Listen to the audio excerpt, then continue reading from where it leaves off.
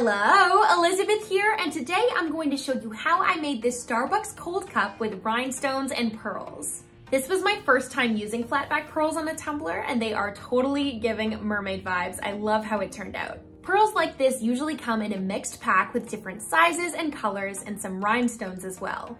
They are perfect for the scatter method. You just pick up and place and everything looks beautiful together. I'm gonna walk you through everything step by step. I started with this Stabucks Frosted Cold Cup I got on Amazon. My favorite glue for rhinestone projects is called Gem Tack by the brand Beacon, and I transfer it into a precision tip bottle. I like to use a wax pencil that can be sharpened, especially when I'm picking up and placing tiny rhinestones. I started by rhinestoning the Stabucks logo. For the logo, I used Crystal AB rhinestones in the sizes SS3 and SS4, as well as this variety pack of green rhinestones. There are links to the products I'm using in the description of this video. I started by applying a thin line of gem tack along the bottom edge of the logo and outlined the inner white section of the body with the SS4 Crystal AB rhinestones. I continued outlining this section all the way up to the neck, and at the top I switched to SS3 stones where those corners get a bit tighter.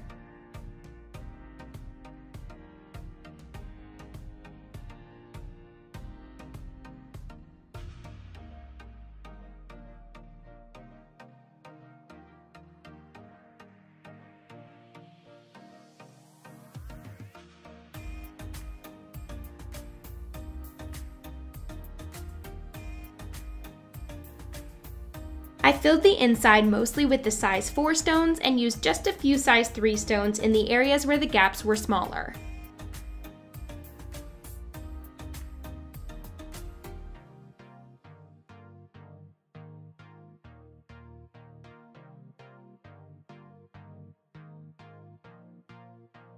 Next, I moved on to the green stripes on either side of the body. The lines start out thicker and then get a bit thinner in certain areas. So I started with my second smallest green stones and switched to the smallest ones in the thinner areas.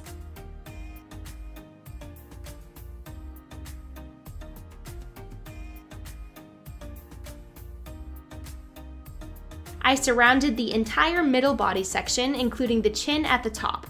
Then I moved on to the first set of white stripes, and again it varies a bit in thickness, so I alternated between the size 3 and size 4 stones as necessary.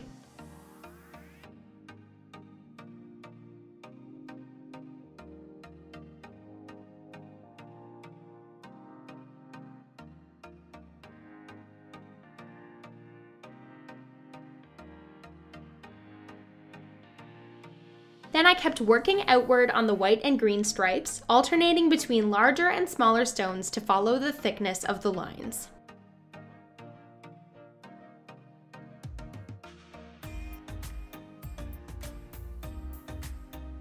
Once I got to the top, I moved on to filling in the face, which is one of the trickiest parts of the logo. First, I outlined the chin and the sides of the face, and I ended up just using 2 of my smallest green stones for the mouth, followed by a row of Crystal AB stones, and then 2 more green stones side by side for the nose.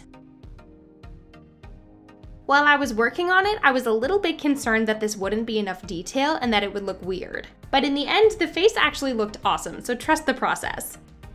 I kept filling in the white spaces with Crystal AB stones, and then for the eyes, I did 2 green stones side by side for each eye, which connected to the green outline of the head, and then did 2 more green stones on a bit of a curve, coming upward from the 2 inside green stones. I completed the outline of the head with the second smallest size of green stones. The stones that outline the very outer edge of the entire logo are important because if any of them are crooked and they don't form a perfectly neat circle, it will make the whole logo look messy.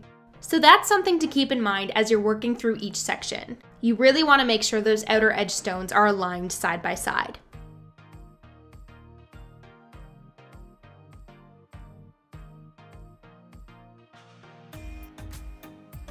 So next we've got some more stripes, and these ones are a bit trickier. I found I couldn't really get the stones to fit as perfectly on the sides here, but I just followed the pattern as closely as possible.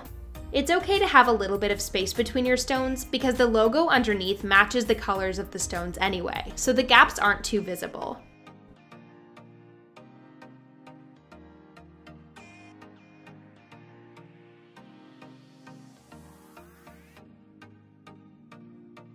For the larger green spaces, I switched to an even bigger size of my green stones, making sure that the outline of the inner green circle was nice and neat.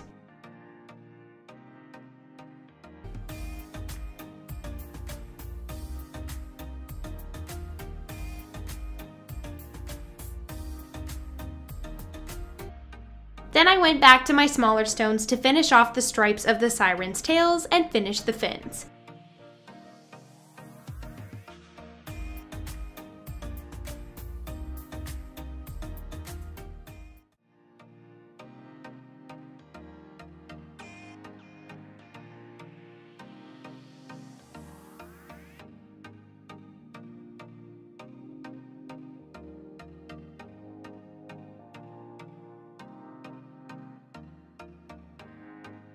Next, I outlined the edge of the top half of the logo with even larger green rhinestones, and just a few tiny ones in the spaces next to the fins and at the tip of the crown. And again, this part is very important to get nice and neat for the overall look, so really take your time here.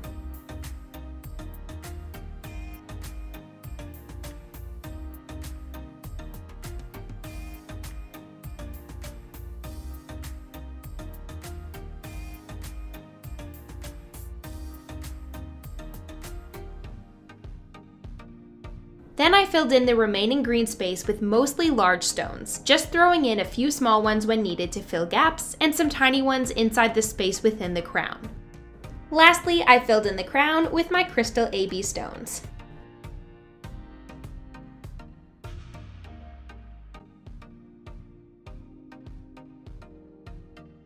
Next, I moved on to the pearls. I used almost 3 of these mixed packages. I used sandpaper to rough up the texture of the cup, which will help the rhinestones to adhere to it better. Then I gave it a wipe with some rubbing alcohol to remove the dust and any dirt or oil that could be on the surface. I started by outlining the Starbucks logo with some of the smaller sized pearls in the mix. I didn't follow a particular pattern, I just tried to alternate the colors and sizes so there wouldn't be too many of the same thing side by side.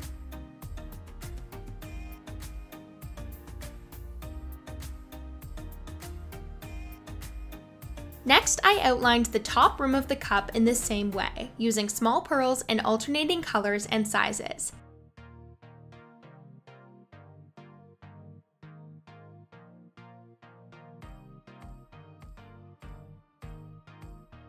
Then I started filling the space, working my way down from the top edge, using all the different sizes of pearls and incorporating the occasional rhinestone which came in the mix as well. Because many of the pearls are quite large, I found my precision tip bottle wasn't covering enough surface area, so at this point I started applying glue directly from the gem tack bottle and using a plastic cuticle pusher to spread it out. I still tried to alternate my colors and sizes so I wouldn't have too many of the same thing all in one spot. But I didn't think too hard about it, I just picked up and placed the pearls however they would kind of fit together. I connected with the edge of the logo, making sure to fill in the gaps as tightly as possible.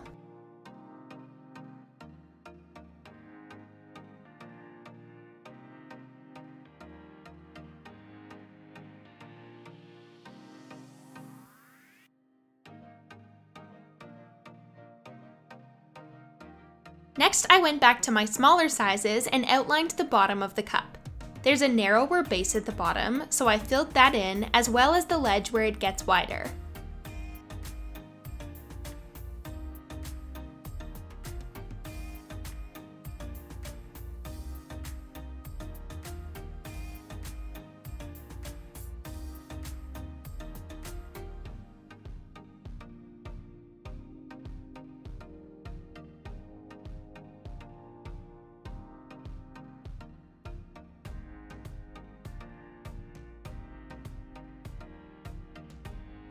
Then I worked my way from the bottom of the logo to connect with the bottom edge of the cup.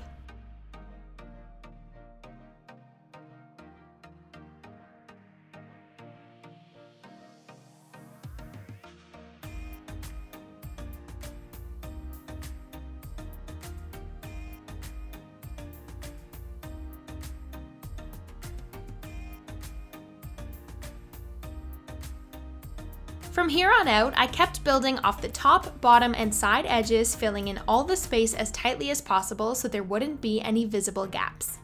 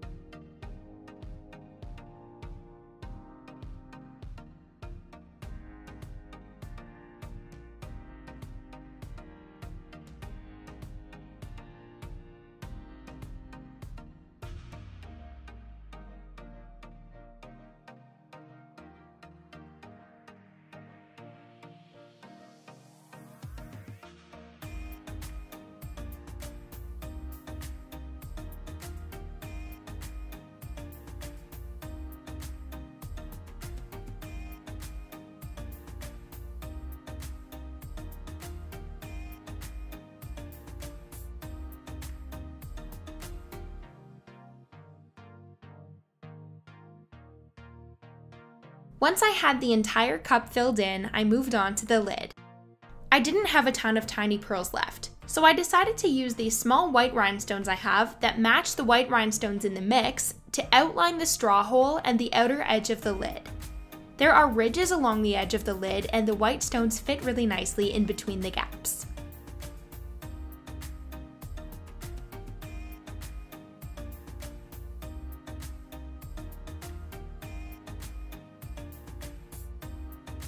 Then I used my remaining pearls to work my way from the inner and outer edges, filling in all the space as tightly as possible, just like I did with the cup.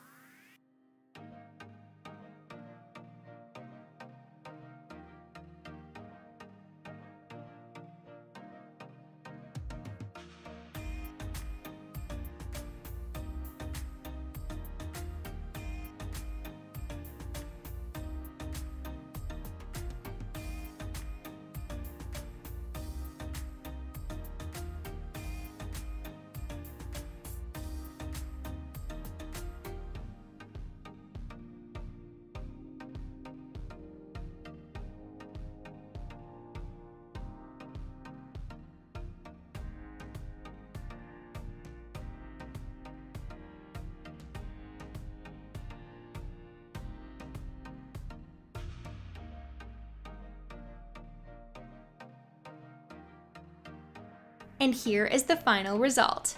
Other than the rhinestone logo, I found this cup went a lot quicker than my usual rhinestone tumblers because a lot of the pearls are much larger than any rhinestones I've used before.